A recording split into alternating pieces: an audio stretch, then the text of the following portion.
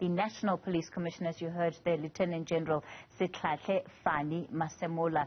He, of course, having served as the Deputy Police Commissioner, and he now rises up to the helm of that particular division, and the President expressing a great deal of confidence in his abilities, taking us a little bit through his history and his work as within the police service, talking about how he has been crucial in de-escalating violence, as you heard, during the 93-94 period in South Africa. He has been leading various security clusters in as far as the responses of government when hosting big events. He talked about the World Cup, talked about some of the international conferences that South Africa has hosted, but a clear indication from the President about the levels of trust that ordinary people have in police officers. And of course, we have seen that the latest research shows the lowest levels of trust by the South African public in the police since the democratic dispensation in this country. And that is certainly a cause for concern. And he talks about the need for stable leadership in as far as securing the rights that are enshrined to all South Africans in the Constitution. Well, let's get you some reaction to this. Dr. Oscar van Heerden is Deputy Vice-Chancellor of the Fort Hare University, and he's standing by for us. Dr. Van Heerden, good evening. Van Heerden, rather. Good evening to you. Thank you so much for your time. One, certainly listening to the President and how he started this address today, talking about the commitment government has made to improving resources within the police. One gets the sense that the President is really trying to show the country that his government is doing something about the state of law in this country. Indeed, Cathy, indeed. A very measured response, as you say, clearly indicating to us the various steps he has taken as the President to capacitate this particular cluster, the security cluster. And he goes as far back as talking about new appointments at the State Security Agency, at the NPA, various other positions, various commissions that have investigated how we can improve the security cluster, and indeed taking his time to also say that he followed a very particular process with the appointment of the National Police Commissioner, a message that says we are taking charge of security in South Africa, because I think he knows that crime is escalating and it's out of control. Let's talk about the composition of this panel that he had put together to effectively shortlist the candidate of 24 that were invited to apply, and finally the 5 who would then be interviewed. So you have the likes of Sidney Mufamadi there, Dr. Mufamadi, and Jimotseha Bekikele, the Treasury DG, Dondo Moraja, and we also have, of course, the Ms. Baleni, who is in the presidency. What do you think that different mix of people actually does? Because I then compare it to the 8 competencies that he said they were measuring these candidates against. What are you drawing from that, Oscar? I think, Cathy, it's a combination of things. I mean, as he outlined some of the terms of references that they came up with, a criteria list. I think that the committee that he had put together is about experience, and you're right, it's about that age divide and so forth, but also saying that if you look closely, it is actually all those elements that represents the justice and security cluster. From state security to the police minister, to the presidency, and indeed treasury. So very much consultative, a very broad spectrum of individuals, so that there is complete buy-in and agreement on the ultimate candidate. And I think that was very clever on the part of the president. And, you know, the issue of buy-in here is crucial, because that is part of what made the relationship between the current minister and the police commissioner quite a tumultuous one. They simply did not seem to get along, and seemed that they could not get along for whatever reasons. No, absolutely. And I mean, it's absolutely critical. Any minister will tell you that if they don't have a healthy relationship with the Director General of that particular ministry, it is a recipe for disaster. And similarly with police, if the police commissioner cannot actually be on the same page with the National Commissioner of Police, then it is always a recipe for disaster. And we've seen it with Sehlahle and with Sithole. But of course, there's also an element of, I think, with the person of Ketla Sithole, we should be aware that the new incumbent, Fannie Masemola, obviously must keep his eye on the ball.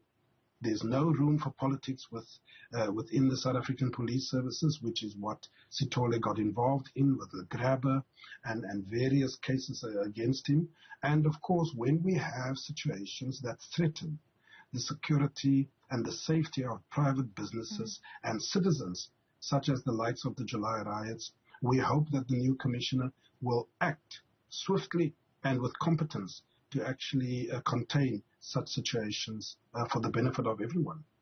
The conversation that has been taking place in this country around the appointment of commissioners has long centered around whether you bring somebody from the outside who's a good leader, who understands the problems and is able to bring change management, as you know the President was speaking about earlier today.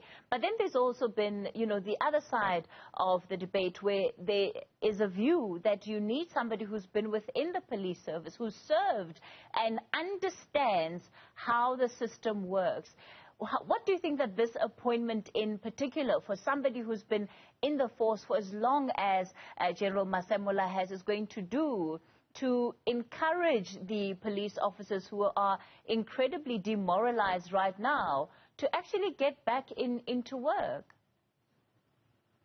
No. Well, you see, the thing is, there is obviously always an argument that says you need a much more corporate approach, someone from outside who's untainted, who's not actually in various groupings and so forth, must be a good candidate. But I don't think when it comes to the police services that is the case. I think that the best candidate must come from within.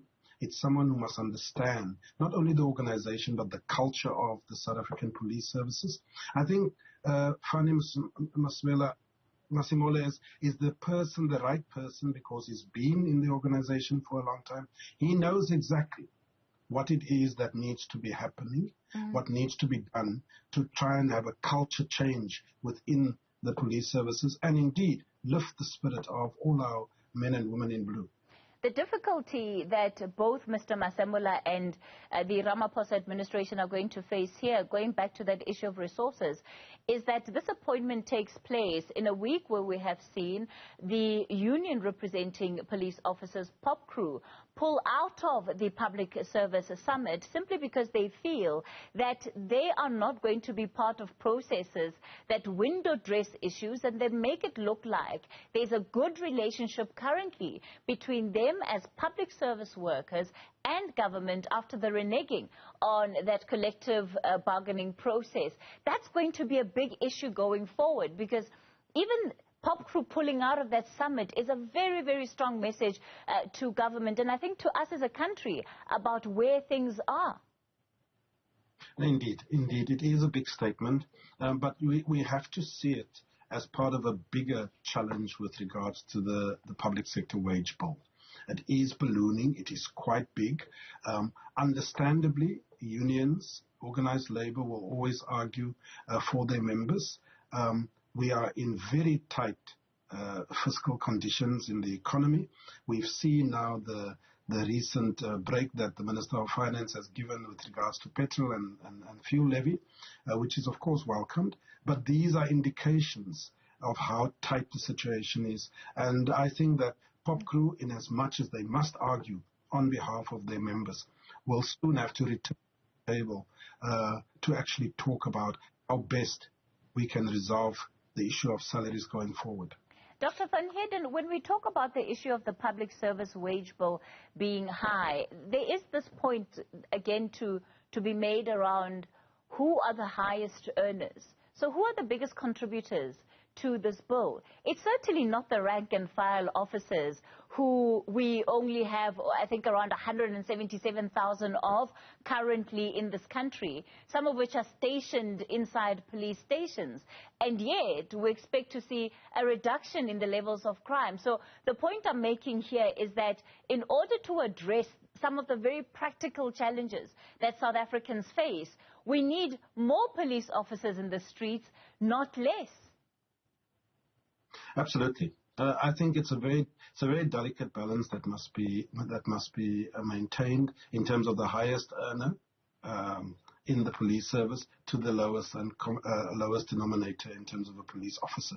I think that gap is too wide, but I do also think that people are competing when you get to a certain management level in all ministries, including the police services. These are individuals that also want to be able to pay market-related salaries that is, equivalent to that in the private sector, because often the skills, the experience and so forth are equivalent to any manager within the corporate sector. And I think that's the difficulty, that you have to maintain the highest earner with the lowest earner and see if that gap can be something that is manageable, and it's not always an easy task. When we look at what was contained in the budget speech by Minister Enoch Godongwana, there aren't going to be any significant changes in as far as the amount of resources that are going to be put towards even a department like the police department. Of course, the hiring of 12,000 new officers is welcomed and it's great, but, it just moves us an inch forward, really. So in as far as expectations on this incoming commissioner, what does it take to be able to be put in a job where you're expected to turn things around, but you're not given all the resources that you need to be able to do that? Mm-hmm. No, it's a tough one, Cathy, and the reality is that you have to make do with what you have. Of course, you'll always argue for more from Treasury, because if you can get more, you can do more. But I do think that the NPA was always argued about budgets not being efficiently or sufficient. Similarly with the police, I think the new commissioner will have to say, what is the money that I have in the pot? How can I improve on systems? How can I better organize the police service so that we can actually give effective policing to our citizens with the money that we have? Anything extra would obviously be welcomed. Dr. Oscar van Heerden is Deputy Vice-Chancellor at Fort Hare University.